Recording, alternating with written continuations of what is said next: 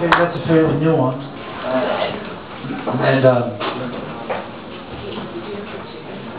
And the happy part of the show is over now.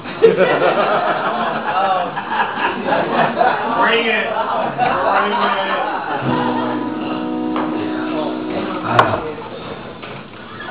I love sad songs, you know. Cheaper than therapy. That's true. I said that. I'm glad I can't hear everything people are saying.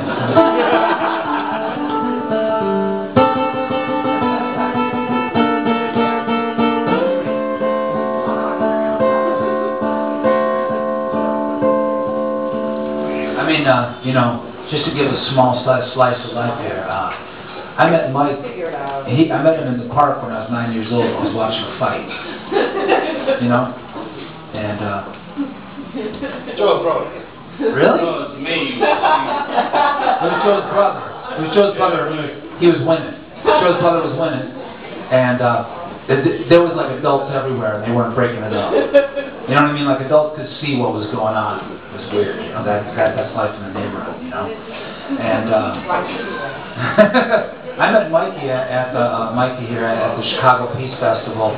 I was just about ready to go on stage, and Mike walked up and said, "Hey kid, what are you gonna play?"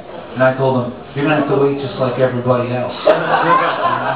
And we've been really close friends ever since. We talk all the time. I mean, Mike's like one of the only people that I know. Like I talk to him like twice a week, man. It's just wild, you know. Mike has gotten me through some of the longest, most boring drives that I've ever gotten through.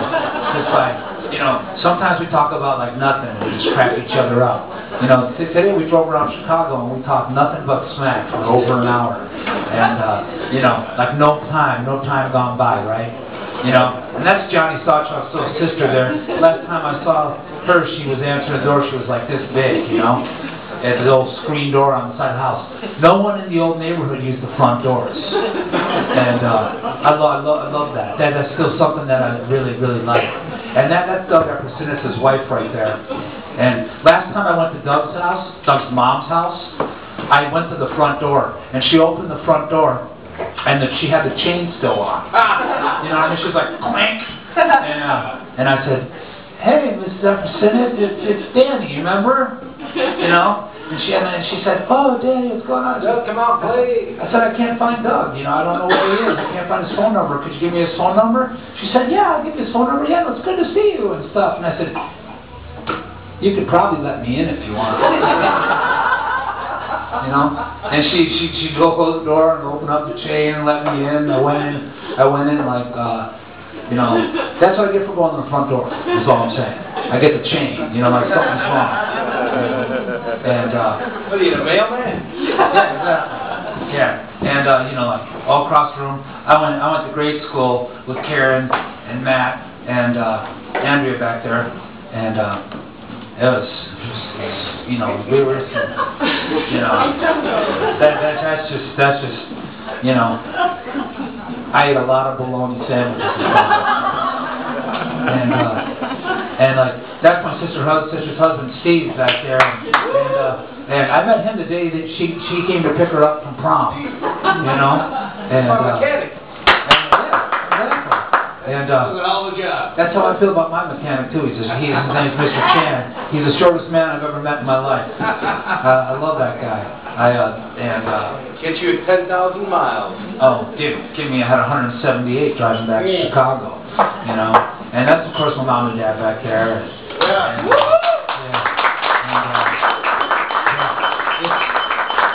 it's like a nap time and a whole night past my mom's bedtime.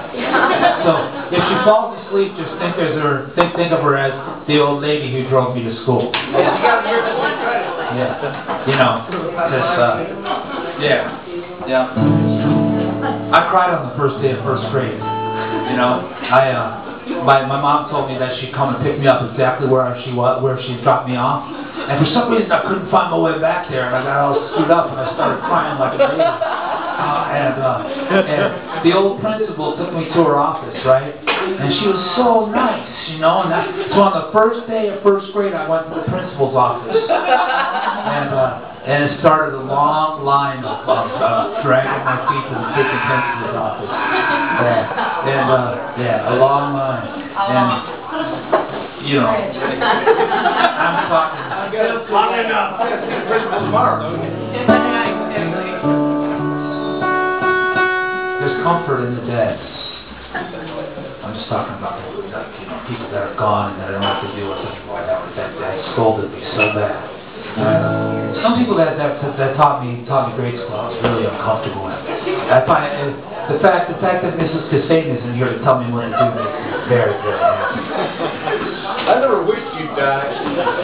You know, I can't say I wish her like stuff like that, but hey, I didn't cause it. It's fine. It's your fault, Anyway, sorry for the strange and romantic interlude.